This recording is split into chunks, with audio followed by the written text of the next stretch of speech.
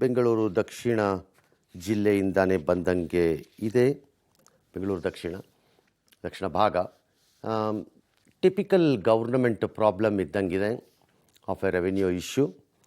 ಏನು ಅಂತ ಮೊದಲು ನೋಡ್ಬಿಡೋಣ.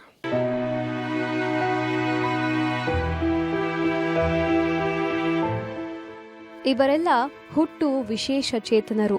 ಇರಲು ಮನೆಯಿಲ್ಲದೆ ಒಂದು ಹೊತ್ತಿನ ಊಟಕ್ಕೂ ಪರಿತಪಿಸುತ್ತಿರುವ ಬಡಜೀವಗಳು.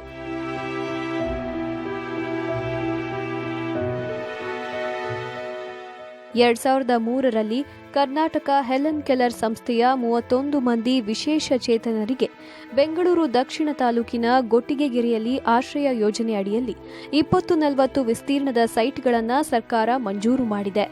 ಗೊಟ್ಟಿಗೆಗೆರೆಯ ಸರ್ವೆ ನಂಬರ್ 131ರಲ್ಲಿ ನಿವೇಶನಗಳು ಮಂಜೂರಾಗಿದ್ವು. ಸೈಟ್ಗಳು ವಿಶೇಷ ಚೇತನರ ಹೆಸರಿಗೆ ಗೊಟ್ಟಿಗೆಗೆರೆ ಗ್ರಾಮ ಪಂಚಾಯಿತಿಯಲ್ಲಿ ಖಾತಾ ಆಗಿ ಕಂದಾಯ ಕೂಡ ಪಾವತಿ ಮಾಡಲಾಗಿದೆ.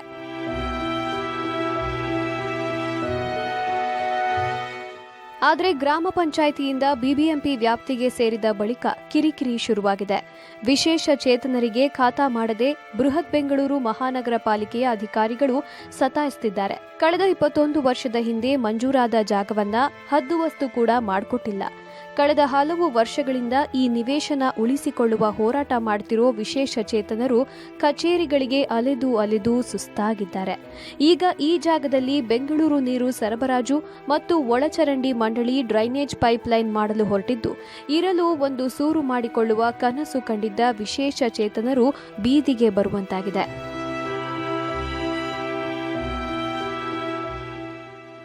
ಸೂರಿನ ಕನಸು ಹೊತ್ತ ಇವರು ಸಮಸ್ಯೆಯ ಪರಿಹಾರಕ್ಕಾಗಿ ಈಗ ಪಬ್ಲಿಕ್ ಟಿವಿಯ ಬೆಳಕು ಕಾರ್ಯಕ್ರಮಕ್ಕೆ ಬಂದಿದ್ದಾರೆ. ಆಡಳಿತ ವರ್ಗದ ಗಮನ ಸೆಳೆದು ಅರ್ಹರ ಸಮಸ್ಯೆಗೆ ಪರಿಹಾರ ದೊರಕಿಸುವ ಪ್ರಾಮಾಣಿಕ ಪ್ರಯತ್ನ ನಮ್ಮದು. ಐ ಡೋಂಟ್ ನೋ ಇದು ಎಷ್ಟರ ಮಟ್ಟಿಗೆ ರಿಸಾಲ್ವ್ ಆಗುತ್ತೋ ಬಿಡುತ್ತೋ ಗೊತ್ತಿಲ್ಲ. Because generally civil disputes and revenue ಇಶ್ಯೂಸನ್ನು ನಾವು ತಗೋಬಾರ್ದು. ಬಟ್ ವಿಶೇಷ ಪ್ರಕರಣ ಎಂದು ಕೈಗೆತ್ತಿಕೊಂಡಂಗೆ ಕಾಣಿಸ್ತಾ ಇದೆ ನನ್ನ ಸಹೋದ್ಯೋಗಿಗಳು. ಇದನ್ನು ಲೆಟಸ್ ಸಿ ಅದು ಎಷ್ಟರ ಮಟ್ಟಿಗೆ ಆಗಬಹುದು ಅಥವಾ ಆಗಲ್ಲ ಅನ್ನೋದನ್ನು ಪ್ರಯತ್ನ ಮಾಡಿ ನೋಡೋಣ ಅಷ್ಟೇ.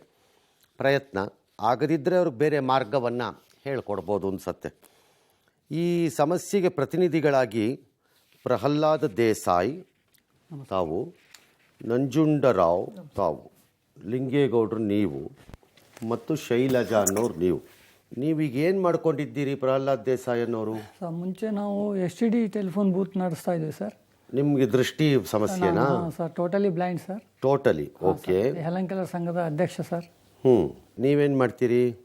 ನಾನು ಟೈಲರಿಂಗ್ ಮಾಡ್ತೀನಿ ಸರ್. ಟೈಲರಿಂಗ್. ನಿಮ್ದೇನು ಸಮಸ್ಯೆ? ಒಂದು ಕಾಲ್ ಸರ್. ಮತ್ತು ಟೈಲರಿಂಗ್ ಹೆಂಗೆ ಮಾಡ್ತೀರಿ? Power sir. ಹಾಂ, ಅದೆಲ್ಲಿದೆ ಅಂಗಡಿ? ಮನೇಲೆ ಇಟ್ಕೊಂಡು ಮಾಡಿದೆ. ಎಲ್ಲಿ ಮನೆ? ಕೆಂಗೇರಿ ಸರ್. ನೀವು?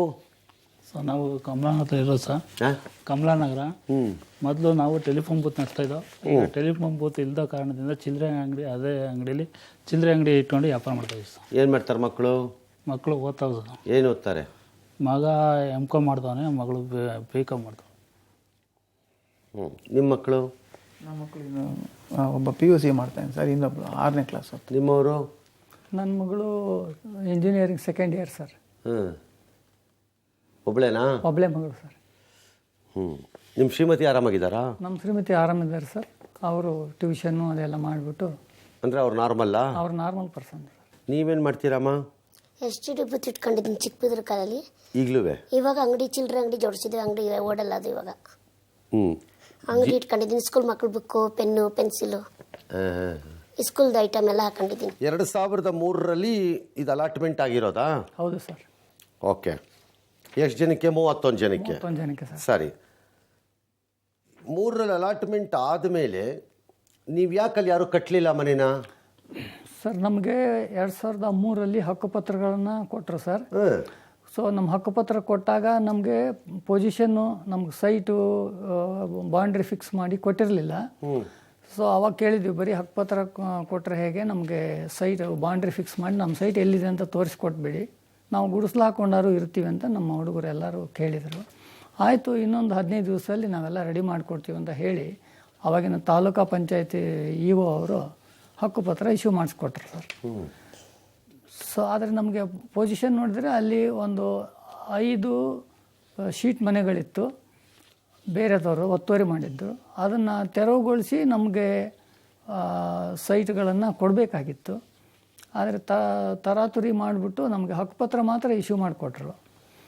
ನಂತರದಲ್ಲಿ 2005ರಲ್ಲಿ 2 ಸಾರಿ ಡೆಮಾಲಿಷ್ ಆರ್ಡರ್ ಆಯಿತು ಸರ್.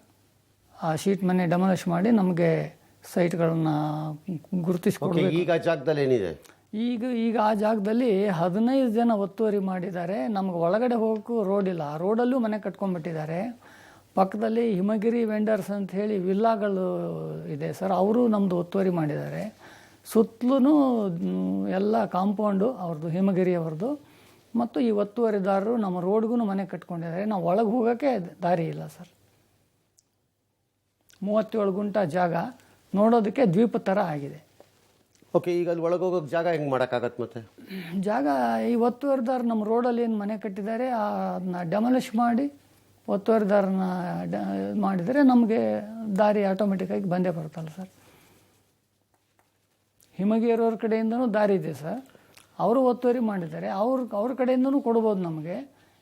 ಸೊ ಈ ಕಡೆ ಸರ್ವೆ ನಂಬರ್ ಅವರು ಒತ್ತುವರಿ ಮಾಡಿದ್ದಾರೆ ಅಂತ ನೀವು ಹೆಂಗೆ ಹೇಳ್ತೀರಿ? ಅದನ್ನ ಸರ್ವೆ ಗಿರ್ವೆ ಮಾಡಿ ಮಾಡಿದ್ದಾರೆ ಸರ್. ಮಾಡಿದವರೇ ಸರ್ವೆ ರಿಪೋರ್ಟಲ್ಲಿ ಹಿಮಗಿರಿಯವರು 2.5 ಯು ಕಾಂಟ್ ಮೇಕ್ ಅಲಿಗೇಷನ್. ನನ್ನ ಪ್ರೋಗ್ರಾಮಲ್ಲಿ ಕೂತ್ಕೊಂಡು ನೀವು ಇನ್ಯಾರ್ದೋ ಬಂದು ನನಗೆ ಹೇಳ್ಬೇಡಿ, ನನಗೆ ಗೊತ್ತಿಲ್ಲದೆ ಇರೋ ಕಥೆನ.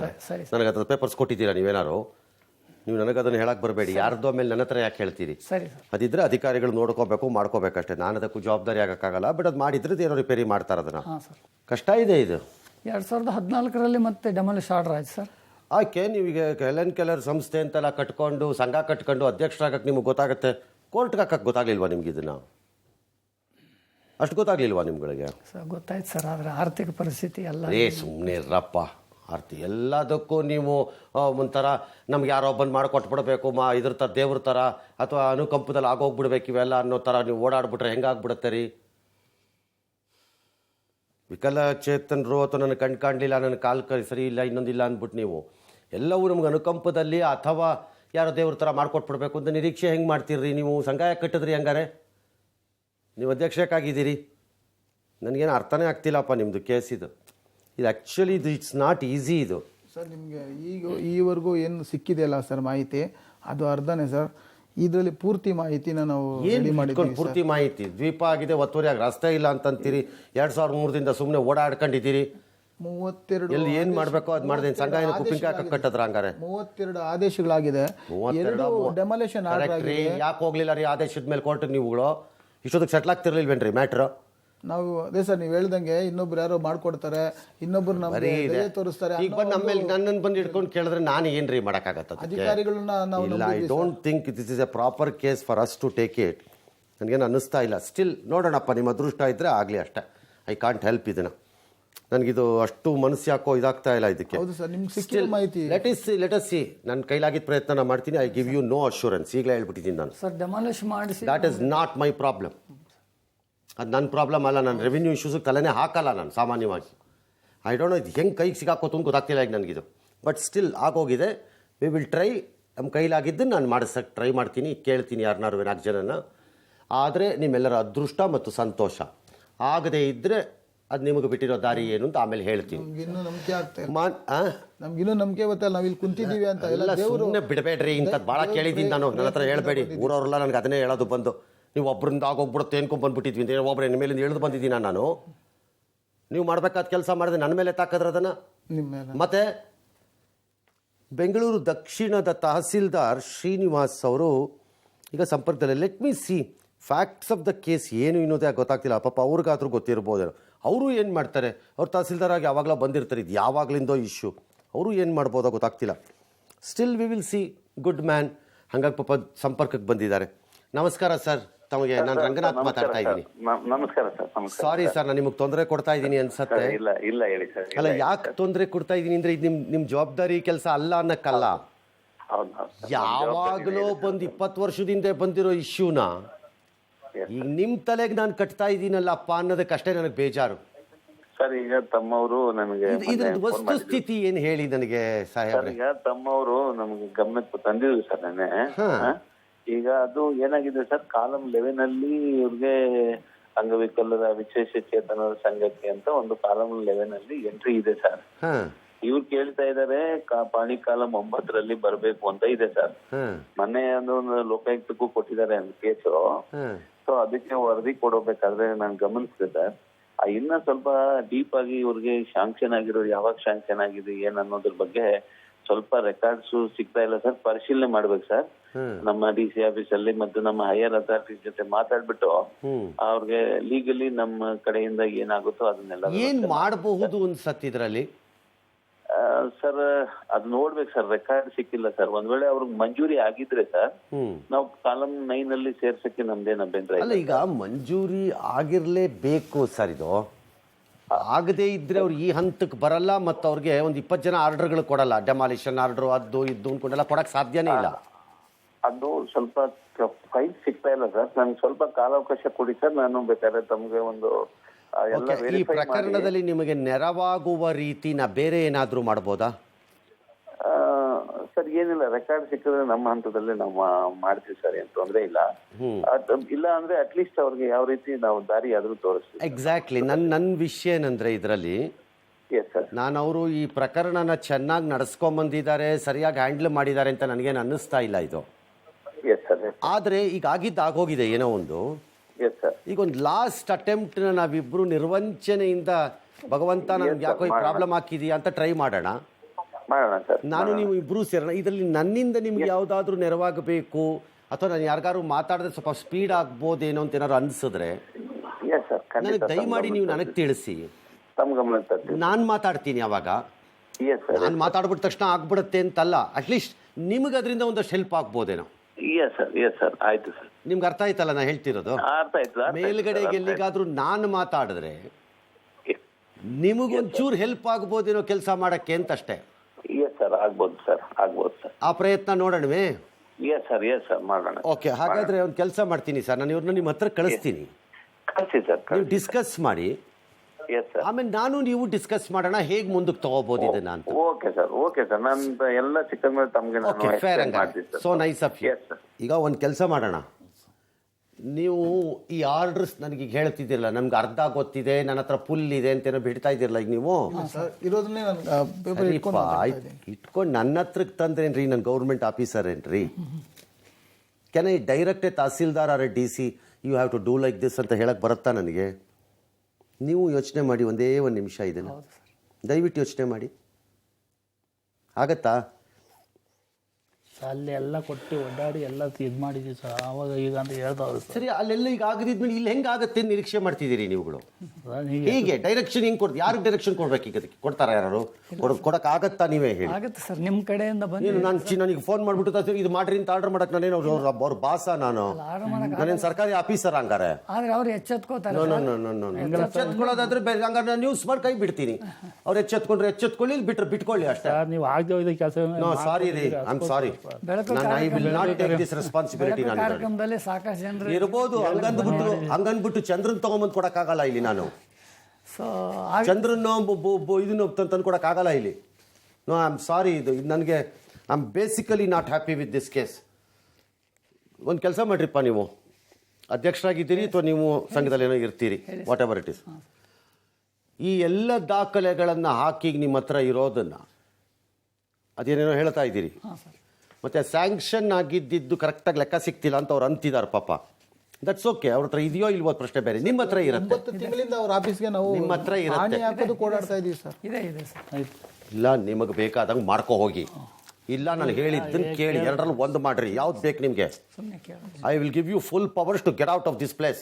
ನಂದೇನು ಪ್ರಾಬ್ಲಮ್ ಇಲ್ಲ. ಹೇಳಿ ಸರ್. ಚಾಯ್ಸ್ ನಿಮ್ಮದು. ತಮ್ಮ ಮಾರ್ಗದರ್ಶನ. ನೀವು ಹೇಳ್ದಂಗೆ ನಡೆಯಲ್ಲ. ನೀವು ಹೇಳ್ದಂಗೆ ನಡೆಸೋದಾಗಿದ್ದರೆ 2003ರಿಂದ ಇಷ್ಟೊತ್ತು ಮುಗಿಸ್ಬೇಕಿತ್ತು ನೀವು. ಸರ್ ತಾವು ಹೇಳ್ದಂಗೆ ತಮ್ಮ ಈಗ ನಾನು ಹೇಳ್ದಂಗೆ ನಡೆದ್ರೆ ನಡೀಬಹುದೇನೋ, ಖಂಡಿತ ಆಗಬಹುದೇನೋ ಒಂದು ಆಸೆ. ಖಂಡಿತ ಆಗುತ್ತೆ ಸರ್. ಅರ್ಥ ಆಗ್ತಿದೆಯಾ? ನೀವು ಹೇಳ್ದಂಗೆ ನಾನು ಡಾನ್ಸ್ ಮಾಡಬೇಕು ಅನ್ನೋದಿದ್ರೆ ನೀವು ದಯವಿಟ್ಟು ಮಾಡ್ಕೊಳ್ಳಿ, ನಿಮ್ಗೆ ಇಷ್ಟ ಬಂದಂಗೆ. ನನ್ನ ಹತ್ರ ಬರಬೇಡಿ. ಇಲ್ಲ ಸರ್, ನಾನು DC ಅಲ್ಲ, ನಾನು ಚೀಫ್ ಮಿನಿಸ್ಟ್ರು ಅಲ್ಲ. ಇಲ್ಲಿ ಯಾರಿಗೋ ಒಬ್ರಿಗೆ ಫೋನ್ ಮಾಡಿಬಿಟ್ಟು ಇದು ಮಾಡಿಬಿಟ್ಟು ಕ್ಲೋಸ್ ಮಾಡ್ರಿ ಅನ್ನೋಕ್ಕೆ ನಾನೇನು ಆಫೀಸರೇನು? ಹಂಗಾಗಲ್ಲ ಇದು. ಈ ಕೇಸ್ ಇದು. ಐ ಆಮ್ ಸಾರಿ. ಆಗೋದಿದ್ರೆ ಆಗುತ್ತೆ ಅಂತೀವಿ ನಾವು. ನಮಗೂ ಗೊತ್ತಿದೆ, ಅದು ಅರಿವಾಗತ್ತದು. ಇದು ಹಿಂಗೆ ಆಗುತ್ತೆ ಇದು ಅಂತ. ಫಸ್ಟು ಅದಕ್ಕೊಂದು ಒಂದು ಪೆಟಿಷನ್ ರೆಡಿ ಮಾಡಿ. ಅದಕ್ಕೆ ಅರ್ಥ ಆಯ್ತಾ? ಹಾಂ ಸರ್. ಈಗ ನಿಮ್ಮ ಹತ್ರ ಇದೆಯಲ್ಲ ಆದೇಶಗಳು, ಹಾಂ ಸರ್. ಮತ್ತು ಆ 2003ರಲ್ಲಿ ಸ್ಯಾಂಕ್ಷನ್ ಆಗಿದ್ದಕ್ಕೆ ಅವ್ರಿಗೆ ಸಿಕ್ತಿಲ್ಲ ಅಂತಲ್ಲ, ನಿಮ್ಮ ಹತ್ರ ಇರುತ್ತೆ ಅದು ಗ್ಯಾರಂಟಿ. ಇದೆ ಸರ್. ಅದನ್ನೆಲ್ಲ ಹಾಕ್ಬಿಟ್ಟು ಒಂದು ಹೊಸಾದು ಮಾಡಿ ಅವ್ರ ಕೈಗೆ ಕೊಡಿ. ಹಾಂ ಸರ್. ಅರ್ಥ ಆಯ್ತಾ? ಹಾಂ ಸರ್. ನಿಮ್ಮ ಜಾಗ ನೀವು ಬಂದೋಬಸ್ತ್ ಮಾಡ್ಕೋಬೇಕಾಗಿರೋದು ನಿಮ್ಮ ಕೆಲಸ ರೀ.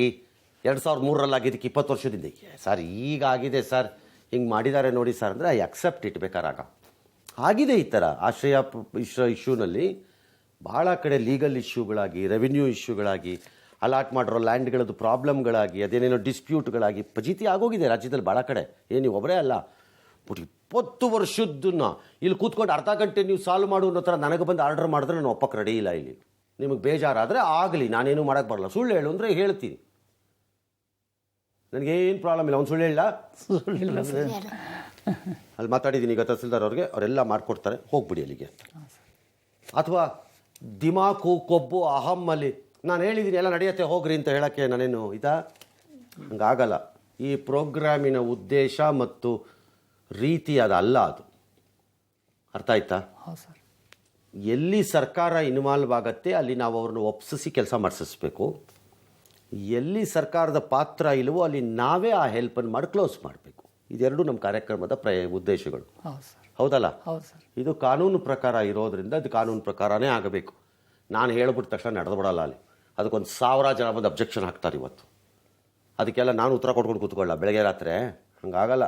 ಪ್ರಹ್ಲಾದ್ ದೇಸಾಯಿ ಒಂದು ಕೆಲಸ ಮಾಡಿ ಸರ್, ಹೇಳಿ ಸರ್. ತೊಗೊಂಡೋಗಿ ದೂರನ್ನ ಕೊಡಿ ಈಗ ಅವ್ರ ಕೈಗೆ. ಹಾಂ ಸರ್. ಯಾರಿಗೆ? ತಹಸೀಲ್ದಾರ್ ಸರ್ಗೆ. ಹಾಂ ಸರ್. ನಾನು ಅವ್ರ ಜೊತೆ ವೈಯಕ್ತಿಕವಾಗಿ ನಾನೇ ಮಾತಾಡ್ತೀನಿ ಈಗ ಕೂತ್ಕೊಂಡು. ಹಾಂ ಸರ್. ಅದು ಏನಿದೆ ನೋಡೋಣ. ಹಾಂ ಸರ್. ಆ ಪೇಪರ್ಸ್ ರಿಪೇರಿ ಮಾಡ್ಕೊಳಕ್ಕಾದ್ರೆ ರಿಪೇರಿ ಮಾಡಿಕೊಂಡು ಹಾಂ ಸರ್. ಎಷ್ಟರ ಮಟ್ಟಿಗೆ ಸಾಲ್ವ್ ಆಗತ್ತೆ ಅನ್ನೋ ಪ್ರಯತ್ನ ಸ್ಟಾರ್ಟ್ ಮಾಡೋಣ. ಸರಿ ಸರ್. ಒಂದು ವೇಳೆ ಈ ಪ್ರಯತ್ನದ ದಾರಿನಲ್ಲಿ ಏನಾದರೂ ಅಪ್ಪಿತಪ್ಪಿ ಮೇಲ್ಗಡೆ ಅವ್ರು ಯಾರು ಇನ್ವಾಲ್ವ್ ಆಗಬೇಕಾಗತ್ತೆ, ಆ ತಹಸೀಲ್ದಾರ್ಗೆ ಹೆಲ್ಪ್ ಆಗತ್ತಂತ ಹೇಳಿದ್ರೆ ನಾನೇ ಮಾತಾಡ್ತೀನಿ. ಸರಿ ಸರ್. ನಿಮ್ಗೆ ಅರ್ಥ ಆಗ್ತಿದೆಯಾ? ಹಾಂ ಸರ್. ಈಗ ಇದನ್ನು ಮುಗಿಸ್ತೀನಿ. ಹಾಂ ಸರ್. 100% ಆಗತ್ತೆ, ಹೋಗಿ ಬನ್ನಿ ನೆಮ್ಮದಿ ಅಂತ ನಾನು ಹೇಳಲ್ಲ. ಆದರೆ ಈ ಪ್ರಯತ್ನದಲ್ಲಿ ಆದರೆ ನಿಮ್ಮ ಅದೃಷ್ಟ ಆಗೋಗ್ಬಿಡುತ್ತೆ.